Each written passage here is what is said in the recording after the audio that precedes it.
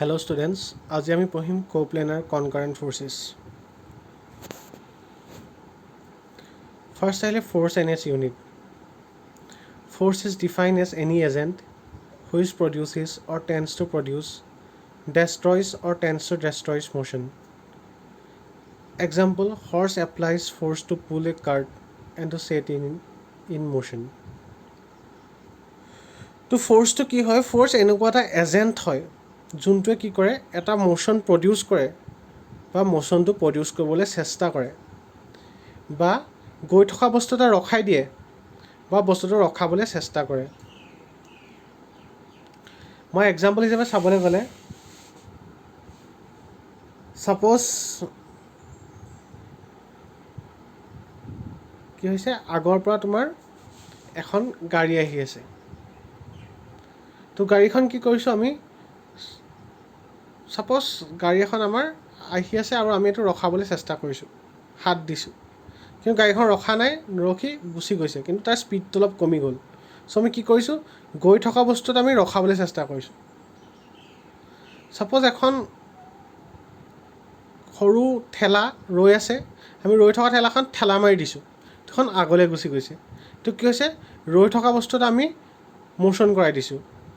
চ' যোনটো এজেণ্টে গৈ থকা বস্তু এটা ৰখাবলৈ চেষ্টা কৰে বা ৰখাই দিয়ে বা ৰৈ থকা বস্তু এটা যোৱাবলৈ চেষ্টা কৰে বা গুচি যোৱাই, সেই এজেণ্টটোকে কয় ফ'ৰ্চ. ফ'ৰ্চৰ SI ইউনিট হৈছে নিউটন আৰু ইয়াৰ CGS ইউনিট হৈছে ডাইন. আৰু ফ'ৰ্চৰ মেথামেটিকেল ফৰ্মুলা হৈছে F=ma. তো এইটো হ'বৰ কাৰণে কি হ'ব লাগিব, আমাৰ বডিটোৰ মাছটো কনষ্টেণ্ট থাকিব লাগিব আৰু এচিলেৰেশ্যনটো কনষ্টেণ্ট থাকিব লাগিব. তেতিয়া আমাৰ ফৰ্মুলাটো হ'ব F=ma, where F is the force applied on the body, m mass of the body, a acceleration of the body. So 1 Newton মানে কিমান? 1 নিউটন মানে মাছটো তোমাৰ SI ইউনিটত হ'ব 1 kg, এচিলেৰেশ্যন SI ইউনিটত কিমান হ'ব? 1 metre per second square. So' 1 kg metre per second স্কোৱাৰক 1 newton বুলি কোৱা হয়. তেনেকৈ ডাইন কি হ'ব, CGSত ল'ব লাগিব আমি. 1 ডাইন মানে মাছটো হ'ব 1 গ্ৰাম, এচিলেৰেশ্যন হ'ব 1 চেণ্টিমিটাৰ পাৰ ছেকেণ্ড স্কোৱাৰ. চ' পালোঁ 1 ডাইন মানে 1 গ্ৰাম চেণ্টিমিটাৰ পাৰ ছেকেণ্ড স্কোৱাৰ. চ' ইয়াৰ পৰা যদি আমি কেলকুলেট কৰোঁ, তেতিয়া আমি পাম যে 1 নিউটন = 10⁵ ডাইন. চ' তোমালোকে এইটো কৰি চাবা যে 1 নিউটন = 10⁵ ডাইন কেনেকৈ হয়. অন্য একো কৰিব নালাগে, কেজিটো গ্ৰামলৈ কনভাৰ্ট কৰি দিবা, মিটাৰটো চেণ্টিমিটাৰলৈ কনভাৰ্ট কৰি দিবা, আনচাৰ ওলাই যাব. নেক্সট আহিছে টাইপছ অফ ফ'ৰ্চ. মেইনলি ফ'ৰ্চৰ দুটা টাইপ আছে, কণ্টেক্ট ফ'ৰ্চ আৰু non contact force. Contact force মানে যোনবোৰ ফ'ৰ্চ আমি যেতিয়া আমাৰ কণ্টেক্ট হয়, এটা ফ'ৰ্চটো আৰু বডিটোৰ মাজত কণ্টেক্ট হয়, তেতিয়াহে এপ্লাই কৰিব পাৰি, সেইটো কয় কণ্টেক্ট ফ'ৰ্চ. আৰু নন কণ্টেক্ট ফ'ৰ্চ মানে বডিটো আৰু ফ'ৰ্চটোৰ মাজত কণ্টেক্ট নোহোৱাকৈও এপ্লাই কৰিব পাৰি, সেইটোক কয় non contact force. Contact force এক্সাম্পলত আহিব ফ্ৰিকশ্যনেল ফ'ৰ্চ. ফ্ৰিকশ্যনেল ফ'ৰ্চ কি হয়, এটা ছাৰ্ফেচ যেতিয়া ইটো ছাৰ্ফেচৰ ওপৰত শ্লাইড কৰে, তেতিয়াহে ফ্ৰিকশ্যন লাগে, কণ্টেক্ট হ'ব লাগিব. টেনশ্যন ফ'ৰ্চ, বস্তু এটা ৰছী এডালত লাগি ওলমি আছে, তো টেনশ্যন তেতিয়াহে লাগিব যদি সেইটো কণ্টেক্টত থাকে, ৰছীডালত কণ্টেক্টত আছে. নৰ্মেল ফ'ৰ্চ, নৰ্মেল ফ'ৰ্চো একেই, তোমাৰ বডি এটা ছাৰ্ফেচ এখনৰ ৰেষ্টত আছে, তো কি হৈছে, তো সেই বডিটোৰ ওপৰত নৰ্মেল ফ'ৰ্চটো কণ্টেক্ট মানে লাগি থকা জেগাতহে কণ্টেক্ট হয়, কণ্টেক্ট ফ'ৰ্চ. তেনেকৈ এয়াৰ ৰেজিষ্টেঞ্চ ফ'ৰ্চ, তো কি হয়, আমি মানুহটো আগলৈ যাবলৈ চেষ্টা কৰিছোঁ, বতাহে আমাক বাধা দিছে, তো বতাহে আমাক ৰেজিষ্টেঞ্চ ফ'ৰ্চ কেতিয়া এপ্লাই কৰিছে, যেতিয়া আমাৰ বডিটো বতাহৰ লগত লাগিছে, চ' কণ্টেক্টত আহিছে. তেনেকৈ এপ্লাইড ফ'ৰ্চো, স্প্ৰিং ফ'ৰ্চো. আৰু নন কণ্টেক্ট ফ'ৰ্চৰ এক্সাম্পল গ্ৰেভিটেশ্যনেল ফ'ৰ্চ. ছাপ'জ আপেলটো ওপৰত আছে, ওপৰৰ পৰা গ্ৰেভিটিৰ লগত একো লাগি থকা নাই মাটিৰ লগত, কিন্তু গ্ৰেভিটিয়ে এইটোক টানি আনিছে, চ' সেইটো হৈছে গ্ৰেভিটেশ্যনেল ফ'ৰ্চ. তেনেকৈ ইলেক্ট্ৰিক ফ'ৰ্চটো তোমাৰ আঁতৰৰ পৰাই টানি আনিব পাৰে.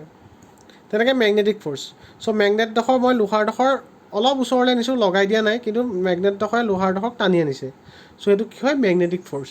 চ' তেনেকৈ যোনবোৰ ফ'ৰ্চত কণ্টেক্ট নোহোৱাকৈ এপ্লাই কৰিব পাৰি, সেইবোৰক কয় নন কণ্টেক্ট ফ'ৰ্চ, আৰু কণ্টেক্ট য'ত লাগে তাক কয় কণ্টেক্ট ফ'ৰ্চ. তাৰপৰা effect of A force on a body.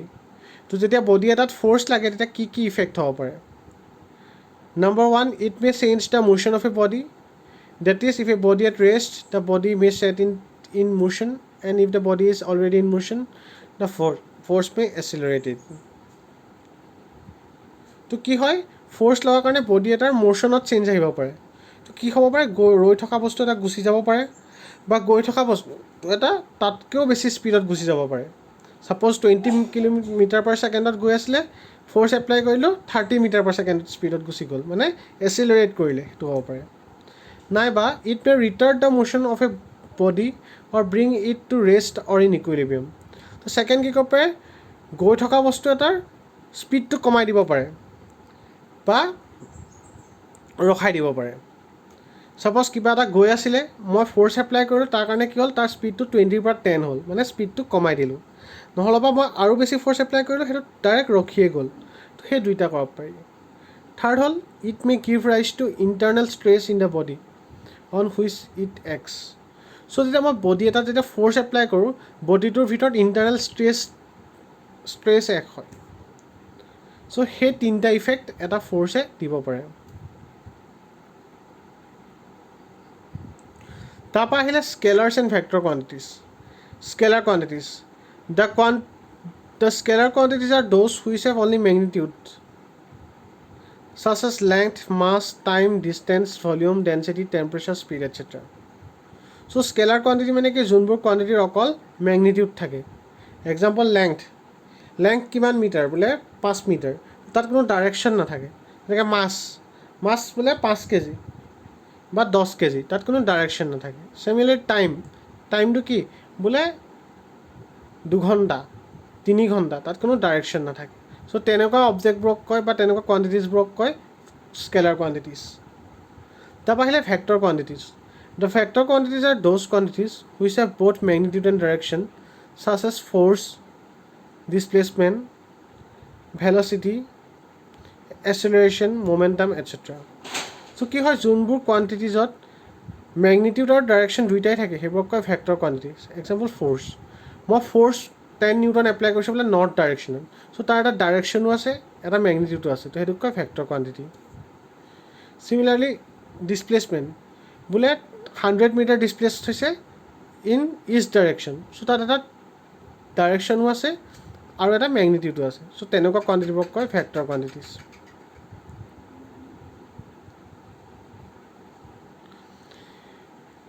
Representation of force as a vector addition and subtraction of vector. So vector to keneke describe korib pari. Suppose dia ase consider a gravitational force of 65 newton down. So yat ki hoy magnitude 65 newton to tar unit aru down to direction kono direction tolor direction aru vector to represent koribor karone ami ei dore ami eta line akibo parim tolor direction le dekhai f or f di pani line likhibo parim আৰু লেংথটো কিমান হ'ব যিমান magnitude suppose মই যদি লওঁ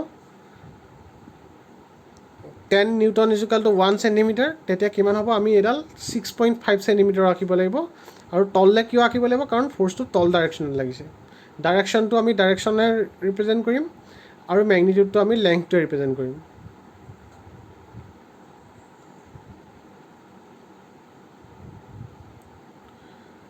representation of A vector A vector is represented by a directed line as shown in the figure 1.2. It may be noted that OA represents the magnitude of the vector OA. The direction of the vector OA is from O starting point to A end point. It is also known as vector P. So OA vector to chua tumaloke কি হৈছে আমি vector OA ওপৰত এটা vector sign দিছোঁ সেইটোৱে কি represent কৰে OAটো এটা ভেক্টৰ বুলি ৰিপ্ৰেজেণ্ট কৰে আৰু এই ভেক্টৰটো মেগনিটিউড কিমান হ'ব O আৰু A মাজত যোনটো ডিষ্টেঞ্চ সেইটো হ'ব ইয়াৰ মেগনিটিউড আৰু ডাইৰেকশ্যনটো কিহৰ পৰা কিমান হ'ব Oৰ পৰা A লে হ'ব চ' সেই ডাইৰেকশ্যনটো আমি কাৰ চিন দি পিনে আমি ৰিপ্ৰেজেণ্ট কৰোঁ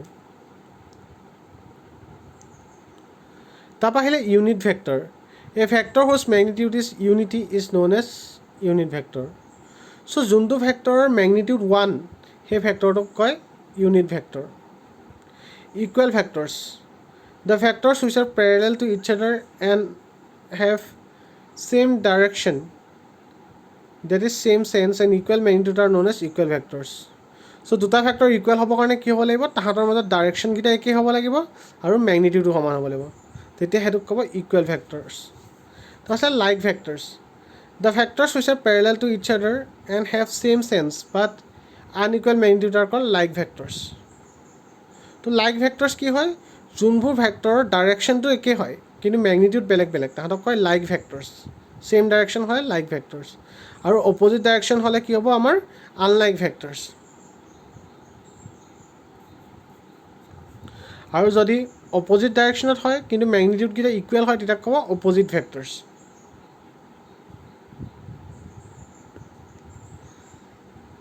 তাৰপৰা আহিলে addition of vector. Consider two vector P Q and R S which are required to be added. So' দুটা ভেক্টৰ দিছে ফিগাৰত, চ' পি কিউ আৰু আৰ এছ এই দুটা আমি এড কৰিব লাগে. তো এইকেইটা এড কৰিবৰ কাৰণে প্ৰথমতে কি কৰিম, আমি এটা পইণ্ট ল'ম এ আৰু এডাল লাইন এ বি ড্ৰ কৰিম যাৰ মেগনিটিউডটো কি হ'ব পি কিউৰ লগত সমান হ'ব. তাৰপৰা সেইটো কনভিনিয়েঞ্চ স্কেলত আমি এ বি ড্ৰ কৰিলোঁ. তাৰপিছত কি কৰিম, draw B C parallel and equal to vector R S. তাৰপৰা কি কৰিম, বিৰ পৰা আমি বি চি আঁকিম কেনেকৈ, আৰ এছটো যেনেকৈ আছে তাৰ পেৰেলেলত আঁকিম, আৰ এছৰ যিমান যেনেকৈ আছে তেনেকৈ আঁকিম আৰ এছটো নিচিনাকৈ পেৰেলেলত, আৰু মেগনিটিউডটো কি হ'ব আৰ এছৰ মেগনিটিউড লগত ইকুৱেল হ'ব. চ' আমি A B আঁকিলোঁ, B C আঁকিলোঁ. So' A B A represent কৰিলে কি আমাক পি কিউ, বি চি এ ৰিপ্ৰেজেণ্ট কৰিলে আমাক আৰ এছ. এতিয়া যোনটো এ চি ছাইড সেইটো আমি জইন কৰি দিম আৰু তাৰ ডাইৰেকশ্যনটো হ'ব এৰ পৰা চিলৈ. আগতে আমি চোৱা এৰ পৰা বিলৈ যাওঁতে আমি কি কৰিছিলোঁ, এণ্টি ক্লক ৱাইজ গৈছিলোঁ, বিৰ পৰা চিলৈ যাওঁতে আমি এণ্টি ক্লক ৱাইজ গৈছিলোঁ. চ' যেতিয়া আমি ৰিজাল্টেণ্টটো পাম তেতিয়া আমি কি হ'ব, আমি তাৰ উল্টা ডাইৰেকশ্যনত যাব লাগিব. চ' ইয়াত এ চিয়ে কি ৰিপ্ৰেজেণ্ট কৰিব, এ বি আৰু বি চি ভেক্টৰ এডিশ্যনৰ যোনটো ৰিজাল্টেণ্ট সেইটো আমাক দিব এ চি ভেক্টৰে, আৰু এ চি ভেক্টৰটোৰ ডাইৰেকশ্যন কেনেকুৱা হ'ব, অপজিট. এ বি আৰু বি চি যেনেকুৱা চেন্সত আছিলে তাৰ উল্টা ডাইৰেকশ্যন হ'ব. যদি এইটো এণ্টি ক্লক ৱাইজ আছিলে এ বি আৰু বি চি, চ' এ চি হ'ব ক্লক ৱাইজ. চ' এইটোৱে হৈছে আমাৰ ভেক্টৰ এডিশ্যন, আৰু এইটোক কয় triangle law of vector addition. তাৰপিছত আহিলে ছাবষ্ট্ৰেকশ্যন অফ ভেক্টৰ. দুটা ভেক্টৰ দি আছে পি কিউ আৰু আৰ এছ. চ' আমি কি কৰিব লাগে, আমি ছাবষ্ট্ৰেক্ট কৰিব লাগে. চ' ইয়াতো চিমিলাৰলি আমি এটা পইণ্ট ল'ম এ আৰু এডাল লাইন ড্ৰ কৰিম A B parallel and equal in magnitude to vector P Q.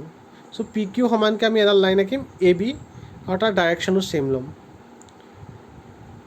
তাৰপৰা কি হ'ব, B through B draw B C parallel and equal to vector R S but opposite direction to the vector R S to the same scale. তো কি হৈছে, আমাৰ যিহেতু R এছটো minus কৰিব লাগে সেইকাৰণে আমি বিৰ পৰা বি চিটো আৰ এছৰ নিচিনাকৈ আঁকিম, পেৰেলেল আঁকিম, কিন্তু তাৰ ডাইৰেকশ্যনটো আমি উল্টা ল'ম. আৰ এছটো যোনটো ডাইৰেকশ্যন আছিলে তাৰ উল্টা ডাইৰেকশ্যনত ল'ম. চ' উল্টা ডাইৰেকশ্যনত ল'লোঁ, এ বি বি চি পালোঁ. চ' থাৰ্ড ছাইডটো যোনটো আমি উল্টা ছাইডত ল'ম অপজিট চেন্সত, সেইটোৱে আমাক কি দিব, ছাবষ্ট্ৰেকশ্যনটো দিব.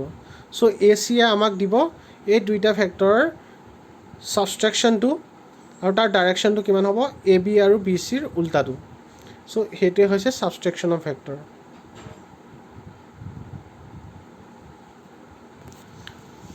এতিয়া আহিলে ছিষ্টেমছ অফ ফ'ৰ্চ. ফাৰ্ষ্ট আহে কোপ্লেনাৰ ফ'ৰ্চ. কোপ্লেনাৰ ফ'ৰ্চ মানে কি, ছাপ'জ আমাৰ বহুতবোৰ ফ'ৰ্চ আছে আৰু গোটেইবোৰ ফ'ৰ্চ একেটা প্লেনতে লাগিছে. চ' একেটা প্লেনতে যদি লাগে তেতিয়া সেইটোক ক'ব কোপ্লেনাৰ ফ'ৰ্চ. লিনিয়াৰ ফ'ৰ্চ, যোনবোৰ ফ'ৰ্চৰ লাইন অফ একশ্যন ছেইম থাকে সেইবোৰক কয় লিনিয়াৰ ফ'ৰ্চ. মানে একেডাল লাইনতে ফ'ৰ্চটো লাগে, সেইটো হৈছে লিনিয়াৰ ফ'ৰ্চ. চ' ফিগাৰত চাওক কোপ্লেনাৰ আৰু লিনিয়াৰ দেখুওৱা আছে.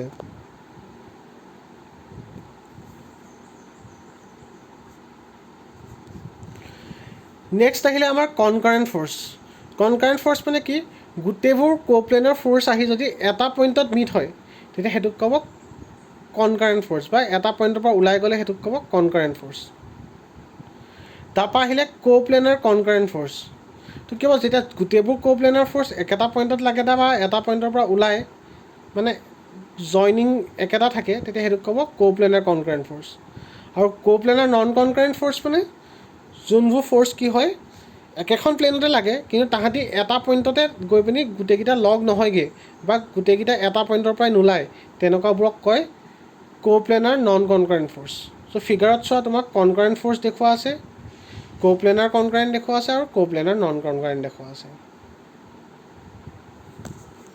তাৰপৰা আহিলে নন কোপ্লেনাৰ কনকাৰেণ্ট ফ'ৰ্চ নন কোপ্লেনাৰ কনকাৰেণ্ট হ'বলৈ কি হ'ব লাগিব গোটেইকেইটা ফ'ৰ্চ একেটা প্লেনতে নাই কিন্তু তাহাঁতি একেটা পইণ্টতে লগ হয় বা একেটা পইণ্টৰ পৰাই ওলাইছে ফিগাৰত চোৱা এটা আমাৰ এক্স ৱাই প্লেনত আছে ফ'ৰ্চ F2 F3 ফ'ৰ্চটো আমাৰ XZ প্লেনত আছে F1 ফ'ৰ্চটো আমাৰ YZ প্লেনত আছে কিন্তু গোটেইকেইটা একেটা পইণ্টৰ পৰাই ওলাইছে চ' তেনেকুৱাবোৰক কয় নন কোপ্লেনাৰ কনকাৰেণ্ট ফ'ৰ্চ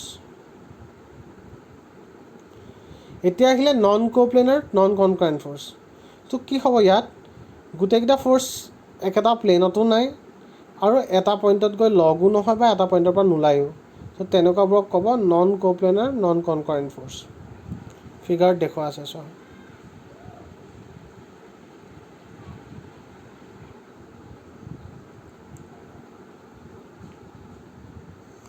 নেক্সট আহিলে composition and resolution of force first জানিব লাগিব ৰিজাল্টেণ্ট ফ'ৰ্চ কি হয় if A number of force PQ are acting simultaneously on a particle then it is possible to find out a single force which could replace them that is which would produce the same effect as the produced by all the forces the single force is called resultant force and the given force PQ R etc are called component force তো কি হৈছে এটা বডিত যদি বহুতকেইটা force লাগে PQ RS T তেনেকৈ বহুতটা force লাগিছে চ' সেই গোটেইকেইটা ফ'ৰ্চে যোনটো ইফেক্ট দিব বডিটোত যোনটো মোশ্যন ক্ৰিয়েট কৰিব সেই ইফেক্টটো যদি এটা ছিংগল ফ'ৰ্চে যদি দিব পাৰে সেই ছিংগলটোক ফ'ৰ্চটোক ক'ব এই গোটেইকেইটা ফ'ৰ্চৰ ৰিজাল্টেণ্ট আৰু যোনকেইটা ফ'ৰ্চ PQ RS লাগিছিলে সেইকেইটাক ক'ব সেই ৰিজাল্টেণ্ট ফ'ৰ্চটোৰ কম্পজিশ্যন বা কম্পনেণ্টছ তো এইটোৱে হৈছে ৰিজাল্টেণ্ট ফ'ৰ্চ আৰু কম্পনেণ্ট ফ'ৰ্চ এতিয়া আহিলে composition of force the process of finding out the resultant force of a number of given force is called composition of force or compounding of force so কি হ'ব বহুতকেইটা ফ'ৰ্চৰ যোনটো resultant ওলোৱা method বা যোনটো process সেইটোক কয় composition of force so' resultant ওলোৱা মেইনলি দুটা মেথড আছে এনালিটিকেল মেথড আৰু resolution method first analytical method analytical মেথডত আছে পেৰেলগ্ৰাম ল অফ ফ'ৰ্চ আৰু method of resolution Parallelogram law of forces.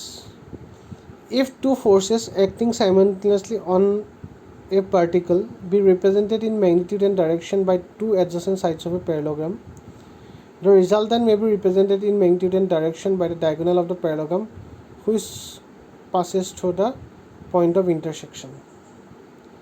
তো কি হয় যদি আমি দুটা ফ'ৰ্চ P and Q আমি পেৰেলগ্ৰামৰ দুটা এডজাচেণ্ট ছাইডত আমি ৰিপ্ৰেজেণ্ট কৰিব পাৰোঁ টেকেন ইন ছেইম ডাইৰেকশ্যন দুটা একেটা চেঞ্চতে লৈছোঁ তেতিয়া কি হ'ব তাৰ যোনডাল ডায়গনেল সেই ডায়গনেলডালে কি কৰিব আমাৰ ৰিজাল্টেণ্টটো দিব আৰু ডায়গনেলডাল আমি কেনেকৈ ল'ব লাগিব দুইটা ফ'ৰ্চৰ ইণ্টাৰছেকশ্যনৰ পৰা ল'ব লাগিব দুইটা ফ'ৰ্চৰ ইণ্টাৰছেকশ্যনৰ পৰা আমি যোনডাল ডায়গনেল ল'ম সেই ডায়গনেলডালে কি হ'ব আমাৰ দুটা ফ'ৰ্চৰ মেগনিটিউডটো দিব চ' এইটোৱে হৈছে পেৰেলগ্ৰাম ল অফ ফ'ৰ্চেছ চ' মেথামেটিকেল চাবলৈ গ'লে R = F1 square F2 square plus 2F1 F2 cos θ তো F1 আৰু F2 ফ'ৰ্চ লাগিছিলে তাৰ ৰিজাল্টেণ্ট উলিয়াবলৈ হ'লে ফৰ্মুলাটো হৈছে R = √F1 square plus F2 square plus 2F1 F2 cos θ ইয়াত F1 আৰু F2 দুটা ফ'ৰ্চ যোনকেইটা লাগিছিলে আৰু থিতাটো হৈছে F1 আৰু F2ৰ মাজত এংগল চ' R যোনডাল ৰিজাল্টেণ্টে F1 বা F2ৰ লগত কোনটো এংগল বনাব সেইটো আমি কেনেকৈ উলিয়াম ছাপ'জ F1ৰ লগত যোনটো এংগল বনাব তাৰ ফৰ্মুলাটো দিব tan alpha = F2 sin θ by F1 plus F2 cos θ but alpha কি angle made by the resultant R with F1 তো ফৰ্মুলাটো হ'ব tan alpha = F2 sin θ by F1 plus F2 cos θ য'ত θ কি F1 আৰু F2ৰ মাজত এংগল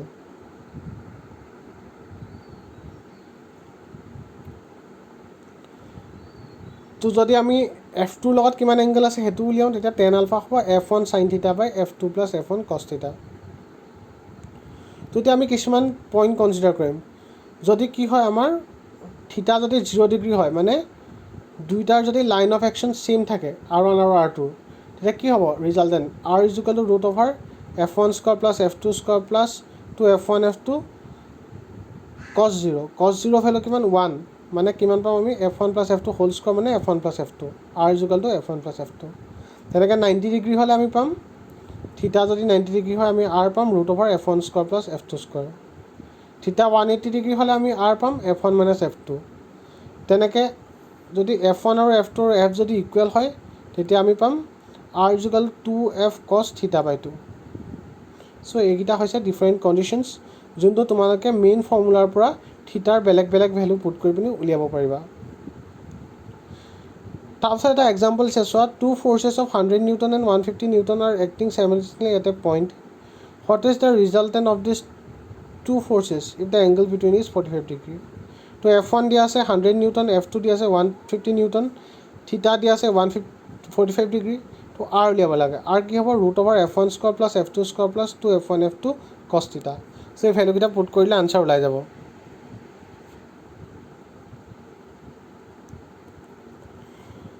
তাৰপিছত আহিলে triangle law of forces.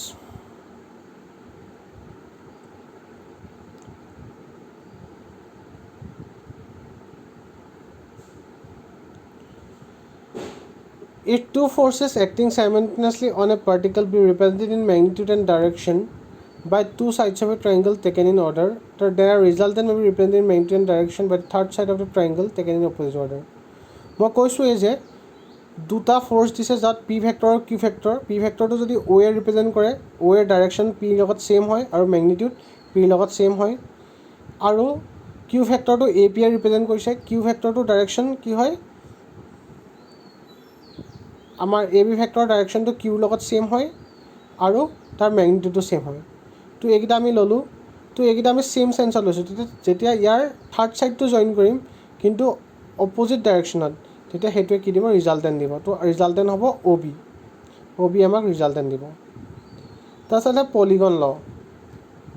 It is an extension of triangle law of forces for more than two forces which states that if the number of forces acting simultaneously on a particle be represented in magnitude and direction by the sides of a polygon taken in order, then the resultant of these forces may be represented in magnitude and direction by closing side of the polygon taken in opposite order. So কি হৈছে ট্ৰাইংগলত আমি অকল দুটা ফ'ৰ্চৰ resultant নাপাওঁ। যদি দুটাতকৈ বেছি force থাকে তেতিয়া উলিয়াবৰ কাৰণে আমি পলিগন ল ইউজ কৰোঁ। ইয়াত কি হয় একো নাই, আমি ফ'ৰ্চকেইটা আমি পলিগনৰ নিচিনাকৈ সজাই যাম ছেইম অৰ্ডাৰত, ছেইম মেগনিটিউডত, ছেইম ডাইৰেকশ্যনত। আৰু যেতিয়া যোনটো লাষ্টত এটা ছাইড যোনটো খালী থাকি যাব সেই খালী ছাইডটো আমি অপ'জিট ডাইৰেকশ্যনত জইন কৰিম আৰু সেইটোৱে আমাক কি দিব আমাক ৰিজাল্টেণ্টটো দিব। তো ইয়াত চোৱা এ ভেক্টৰটো ৰিপ্ৰেজেণ্ট কৰিছে B vector, C vector, D vector. তাৰপিছত গোটেইকেইটা ভেক্টৰৰ পিছত যোনটো খোলা থাকি গ'ল এ আৰু ডিৰ মাজত যোনটো খোলা থাকি গ'ল সেইটো আৰ ভেক্টৰে জইন কৰিছে উল্টা ডাইৰেকশ্যনত আৰু সেইটোৱে কি দিব এ বি চি ডি ভেক্টৰৰ ৰিজাল্টেণ্টটো দিব। এইটো হৈছে পলিগন ল of forces.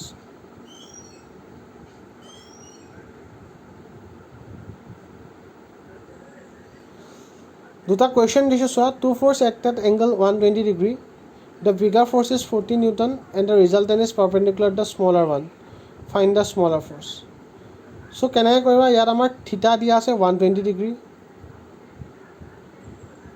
F1টো suppose bigger force, F1 দিয়া আছে 40 নিউটন আৰু ৰিজাল্টেণ্ট R দিয়া আছে পাৰপেণ্ডিকুলাৰ টু স্মলাৰ ওৱান, F2ত 90 ডিগ্ৰী দিছে, আলফা = 90 ডিগ্ৰী স্মলাৰটোৰ লগত। তো টেন আলফা = ফৰ্মুলাটো আমি এপ্লাই কৰি দিম। টেন আলফা কি আছিলে F1 sin θ বাই F2 প্লাছ F1 sin θ, সেই ফৰ্মুলাটো এপ্লাই কৰিলোঁ। তাৰপাছত তাৰ পৰা আমি ভেলুটো পাই যাম। Find the magnitude of two forces such that if they act at right angle their resultant is 10 newton. So' 90 degree হ'লে 10 নিউটন হয়। কি হ'ব আমি R = √f1² + f2² + 2f1 f2 cos θ formula apply কৰিম। ফাৰ্ষ্ট cos θৰ ঠাইত 90 degree put কৰিম, তাৰ কাৰণে R ল'ব 10 নিউটন। তাৰপৰা থিটাৰ ঠাইত যেতিয়া আমি 60 ডিগ্ৰী পুট কৰিম তেতিয়া R হ'ব 13 নিউটন। দুটা ইকুৱেশ্যন পাইছোঁ, দুটা ভেৰিয়েবল আছে F1 F2, তেতিয়া ওলাই যাব।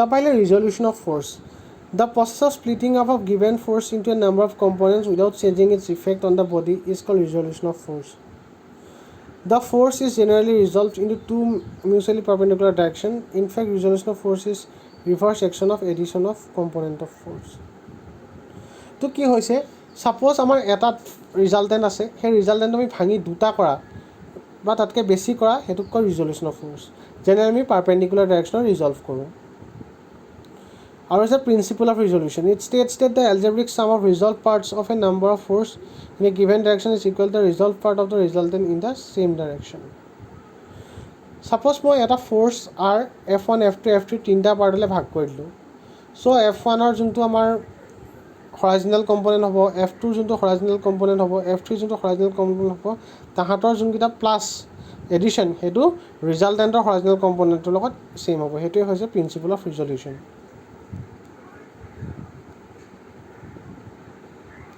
চ' এইখিনি মই ৰিজল্ভ কৰিবলৈ দেখাইছোঁ এইখিনি চোৱা এটা 50 নিউটন ফ'ৰ্চ লাগিছে হৰাইজনেলত 60 ডিগ্ৰীত আৰু এটা লাগিছে 100 নিউটন হৰাইজনেলত 30 ডিগ্ৰীত তো এইকেইটা ৰিজল্ভ কৰিব দিছোঁ মই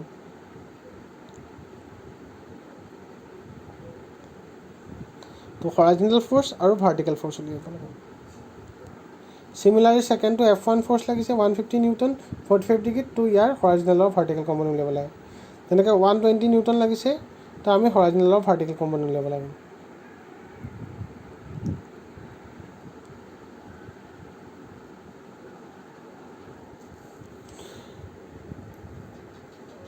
এতিয়া নেক্সট কুৱেশ্যন চোৱা এটা মেচিন কম্পনেণ্ট দিয়া আছে 1.5 মিটাৰ লং আৰু তাৰ ৱেইট দিয়া আছে 1000 নিউটন ছাপৰ্টেড বাই 2 ropes AB আৰু CD তোমাক কি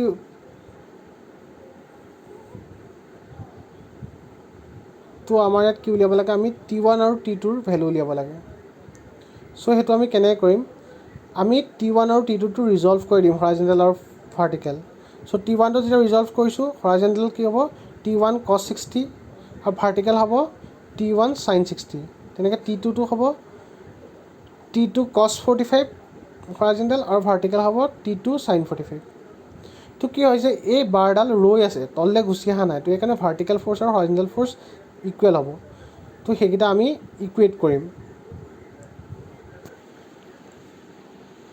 নেট হৰাইজনেল ফ'ৰ্চ 0 কৰিম নেট ভাৰ্টিকেল ফ'ৰ্চ আমি 0 কৰিম তো ভাৰ্টিকেলি কি লাগিছিলে হৰাইজনেলি লাগিছিলে T1 cos 60 আৰু T2 cos 45 দুইটা অপজিট কাৰণে আমি T1 cos 60 minus T2 cos 45 equal 0 লৈছোঁ চ' ইয়াৰ পৰা আমি পালোঁ T1 ইকুৱেল √2 T2 তেনেকৈ আমি যেতিয়া ভাৰ্টিকেল ফ'ৰ্চ আমি ৰিজল্ভ কৰিম তেতিয়া পৰা আমি T1 sin 60 T2 sin 45 এইকেইটা আমাৰ ওপৰলৈ লাগিছে আৰু তললৈ লাগিছে 1000 নিউটন ইকুৱেলটো সেইকাৰণে 1000 কৰিছোঁ চ' ইয়াৰ ভেলুকেইটা আমি যেতিয়া পুট কৰিলোঁ তেতিয়া আমি পালোঁ T2 ইকুৱেলটো আমি পাই গ'লোঁ